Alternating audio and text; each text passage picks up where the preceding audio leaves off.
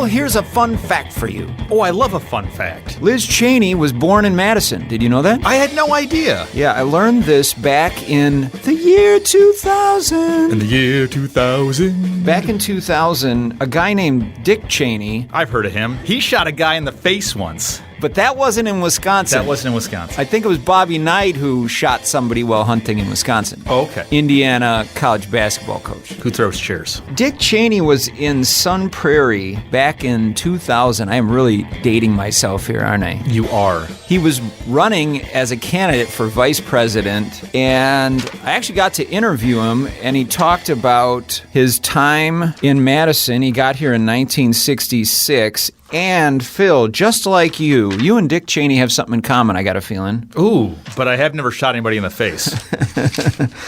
He and Lynn Cheney were graduate students at UW. Ooh.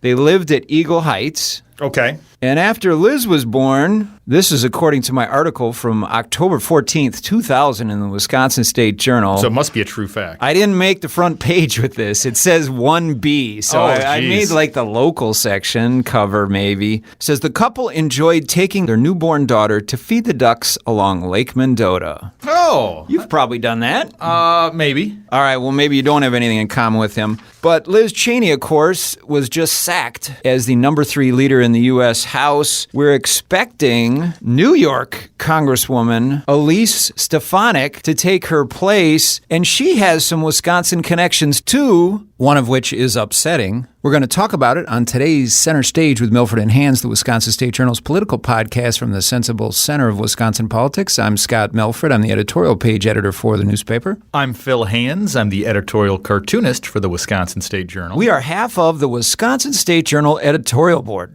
The less shot in the face half.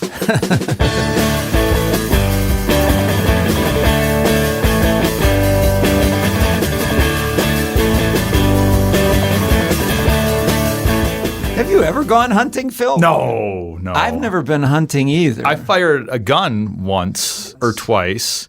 I was a surprisingly good shot considering that I have no skills towards it. But I am not a good shot. My hunting experience is confined to shooting beer cans at a friend's farmhouse in high school. Well, you didn't want to hurt the beer. We didn't have any beer. I wish we were cool enough to have beer. We were shooting empty cans that I guess his dad drank. Oh, geez. Okay. So here we are. Liz Cheney was just removed as the number 3 leader in the House because she will not bow down to Donald Trump any longer. She refuses to buy into the big lie that the election was stolen from Donald Trump and that there was massive voter fraud and that Joe Biden is an illegitimate president. Apparently, that sort of perspective of not lying is not welcome in the Republican Party anymore. Even though Liz Cheney is about as conservative as you get, and the woman who apparently is going to replace her, Representative Stefanik, is, or at least has been, a moderate. There's a couple big connections here to Wisconsin. One is her history in politics runs through Paul Ryan, former Speaker of the House from Janesville.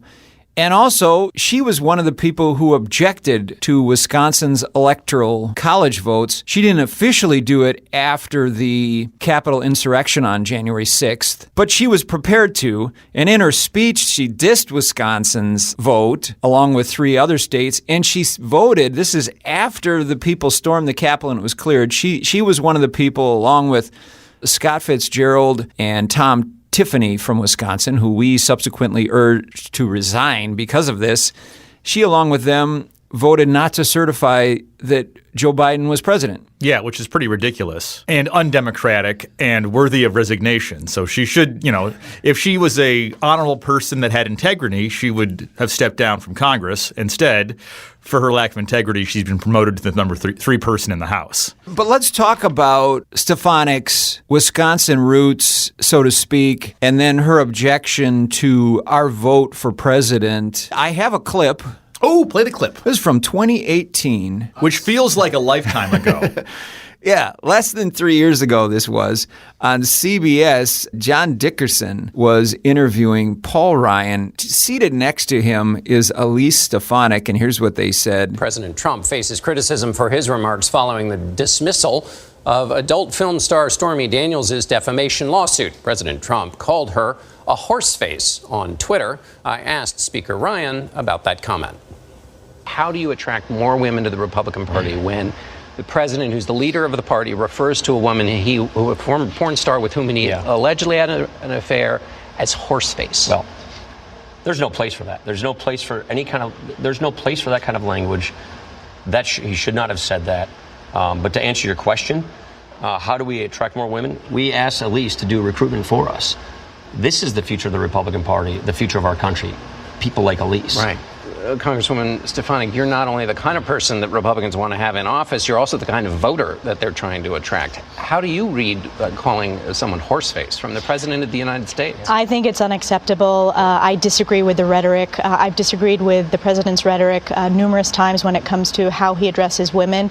But as I'm going door to door in my district right now, voters are really paying attention to, both male and female voters, the record of results and keeping your promises and growing the economy. Paul Ryan, she says, inspired her to run for office. She actually worked for Paul Ryan when he was running himself for vice president. Oh, yeah. Not unlike Dick Cheney a couple decades earlier. But back in 2012, when Paul Ryan was on the Republican ticket as vice president, she was a campaign advisor to Paul Ryan. Apparently, she helped him prepare for the debate. Really? Remember the debate? Do you remember who he debated? Yeah, Joe Biden. Joe Biden. I remember doing a cartoon about it, actually, and I had Paul Ryan thinking of all the things he needed to say on this national debate stage, and all Joe Biden had to do was not say anything stupid. and that's fine. That's all. And then that's all Joe Biden ever has to do is not say anything horribly stupid. Well, Paul Ryan in that clip, which was interesting, was, you forget all the things that Donald Trump says. Do you remember he called Stormy Daniels horseface? Donald Trump called Stormy Daniels a horseface. A horseface, yeah. You don't even remember that. That's the adult film actress that he had an affair with. And who came to the strip club here just on the west side of Madison. Oh, yeah, that very classy joint. So they have to ask about the horseface, and neither one of them like that comment. But as Paul Ryan said, Elise Stefanik was the future of the Republican Party. And he was absolutely right. I don't think he envisioned it this way. No. I didn't think he thought that Elise Stefanik was going to lose her moral compass and do whatever Trump told her to do. He probably envisioned it that, around the year 2021, I'll still be Speaker of the House, we'll have a bigger majority, and maybe Elise will be my number 3. Yeah, maybe. Wouldn't that be awesome? It'd be a better world if Paul Ryan was still Speaker of the House and the Republican Party wasn't insane. Yeah, he was chased out, essentially. I mean, he resigned as Speaker. Was it in disgrace or was it not in disgrace? I think he's just had enough of Trump and didn't have any fight left in him and had just enough integrity to not play along anymore. But back then, she was the youngest woman ever elected to Congress. Elected as a moderate. She voted against Trump's big tax cut. She's voted for gay rights. She's from the North Country, she calls it. Yeah. I always thought the Bob Dylan song, Girl from the North Country, I always thought that was about Minnesota. I didn't realize it was about northern Upstate New York, where I guess he was hanging out with the band, right? I mean, you know this stuff better than I do. So you know that I was born in upstate New York. I think I did know that, yeah, because your folks went to Syracuse. Yep. You were like Liz Cheney. Were you born on campus there in Syracuse? No, not really. I keep thinking you have so much in common with the Cheneys, but you don't. Anyway, I don't think she's the girl from the North Country that Dylan was singing about, but she's from the North Country, was very moderate. Her seat swings to Trump. When she was elected in 2014, her district went for Obama twice and then swung to Trump. So it made sense back when she was representing a district that was gone for Obama. It was made sense to be a moderate. But I think that district is now Trumpier. That's right. Let's play the clip of what she said about Wisconsin on the floor. January 6th, keep in mind, this is after she had to put on a gas mask. She had to crouch down on the floor. She had to be led out of the chambers under police protection with guns drawn. Yeah, a woman had been shot and killed in the Capitol building. Police officers were in the hospital after battling with rioters. Even Ron Johnson, at the end, decided not to vote against the certification of various states, including Pennsylvania was the one that she voted against. Yeah. After they cleared the Capitol and brought people back to make Joe Biden the official president, certify his election, After all of that, she still wanted to vote against Wisconsin's electors. Here's what she said. In Pennsylvania, the state Supreme Court and Secretary of State unilaterally and unconstitutionally rewrote election law, eliminating signature matching requirements. In Georgia, there was constitutional overreach when the Secretary of State unilaterally and unconstitutionally gutted signature matching for absentee ballots and, in essence, eliminated voter verification required by state election law. In Wisconsin, officials issued illegal rules to circumvent a state law passed by the legislature as the Constitution requires that required absentee voters to provide photo identification before obtaining a ballot. And in Michigan, signed affidavits document numerous unconstitutional irregularities. Actually, our court system did not agree with her. The election was fair, and Trump lost in Wisconsin, in Michigan, in Pennsylvania, and in Georgia. But how about her reference there to Wisconsin? This is in reference to provisions to allow indefinitely confined voters to vote without a photo ID. Several clerks across the state in various counties decided that the COVID pandemic was a good enough reason to allow people to be indefinitely confined. And I think there was a pretty large uptick in voters who were indefinitely confined claiming so and then requesting absentee ballots without photo IDs. Yes. But prior to her speech here, the Wisconsin Supreme Court disagreed with her assessment. According to our December 15th report by ace political reporter Riley Vetterkin, the justices dismissed Trump's claims challenging absentee ballots cast by voters who self-identified as indefinitely confined. The campaign suggested many of those voters were just using it as an excuse to not provide a photo ID, not to just avoid going to the polls during a pandemic. The justices found those claims lacked evidence. Yep. Also, 80% of the voters who registered as indefinitely confined to get on the ballot last fall had previously provided a photo ID, according to the Wisconsin Elections Commission. 2/3 of them also were over 65 years old. So what was going on here was older folks were being careful because of COVID-19. It wasn't election fraud.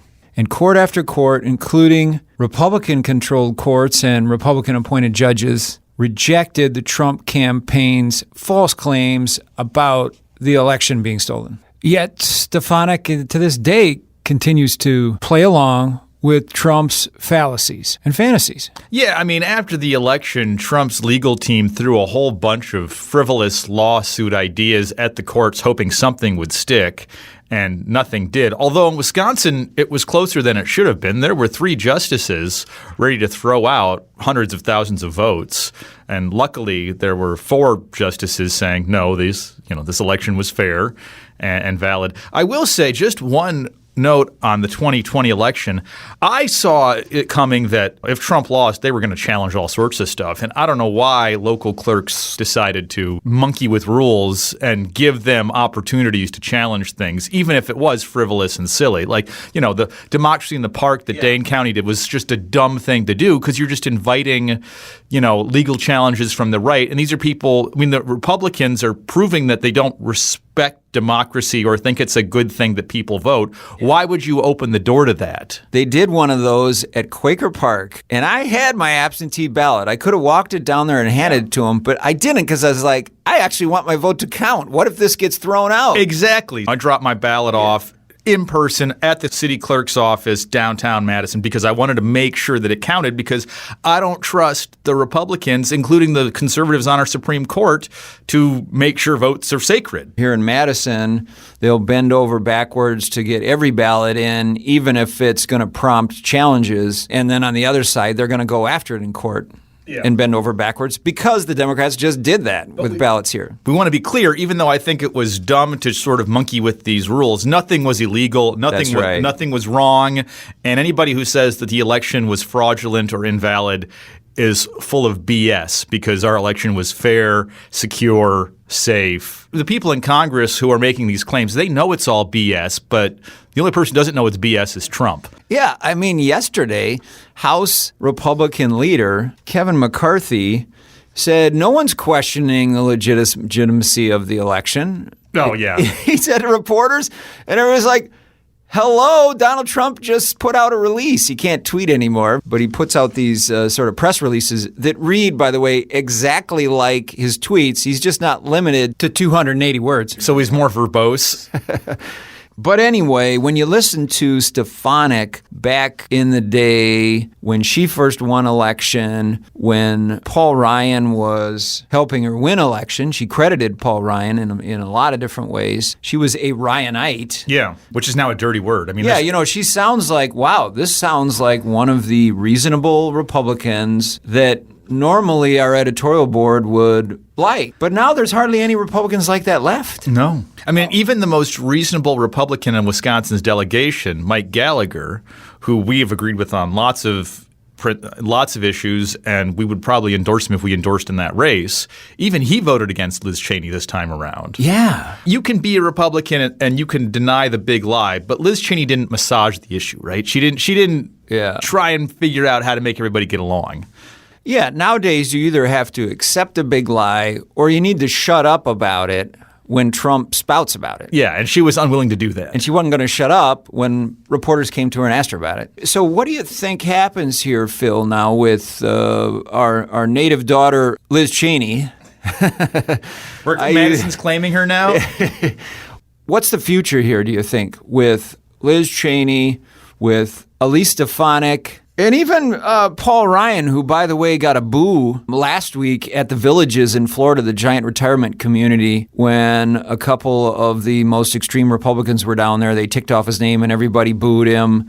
I mean, where is the Republican Party going here? I think Paul Ryan is done with the party until Trump's no longer part of the party. I mean, he's still young enough where he could decide to come back. Maybe he runs for Wisconsin office or something like that, governor. But I think he's done with politics as long as it's the party of Trump. Yeah. And he'll just make a lot of money in the private sector, which he's very capable of doing. He was on the board for Fox, which, of course, now we know is an incredibly liberal network that is so unfair to Donald Trump. I was listening to a report on public radio this morning from a reporter in Wyoming who thinks that Liz Cheney, well, she's probably going to win her House seat again in a year.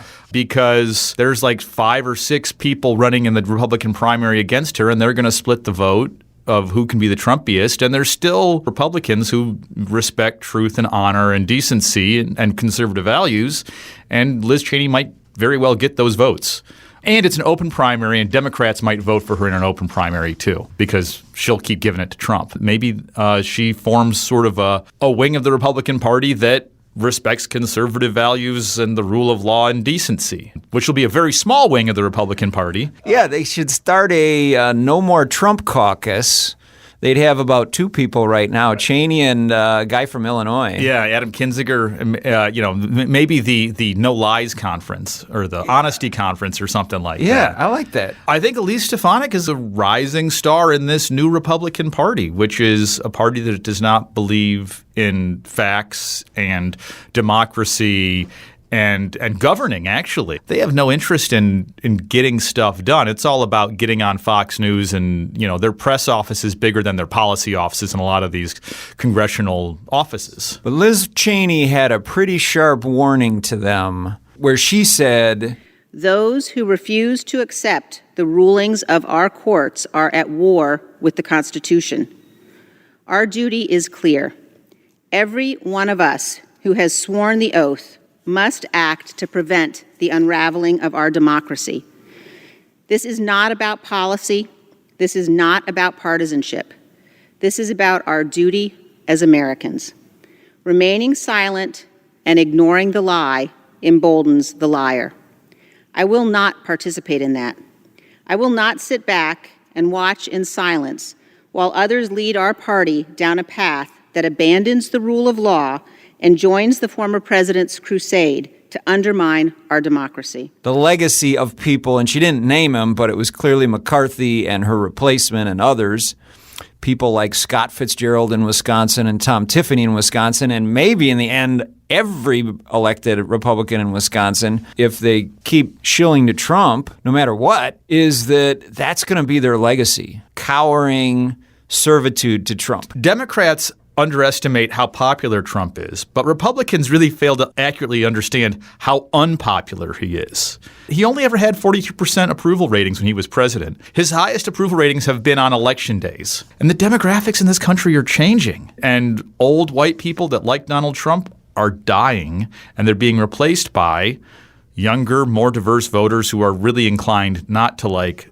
the lies that come out of the Republican Party. If they go down this path and people like Liz Cheney and Mitt Romney and Adam Kinzinger still stick up for truth and honesty, and they splinter the Republican Party, it could be a perpetually minority party going forward. Now, I've said this before, and I've been wrong before about this, but it very well could be that this is the end of the Republican Party being a relevant political party. Although 4 years after Watergate, after Democrats were ruling and it was going to be the end of the Republican Party, guess who was elected? Ronald Reagan. So you never know. Phil, let me try one more time to find something in common with you and Dick Cheney. Okay. This, again, is from my article in 2000. He came here in Madison. He said he barely made it. He was driving in a small Volkswagen. Ooh, I had a Volkswagen in Madison. Oh, see? We got it. He was driving in a small Volkswagen from Wyoming, and he claimed it was a dead of winter, and it got so cold that the steering wheel on the Volkswagen froze in Iowa, and that they had to wait in a garage for hours until the car thawed. Wow. I don't know if I believe that. Yeah, it sounds like something you say on the campaign trail.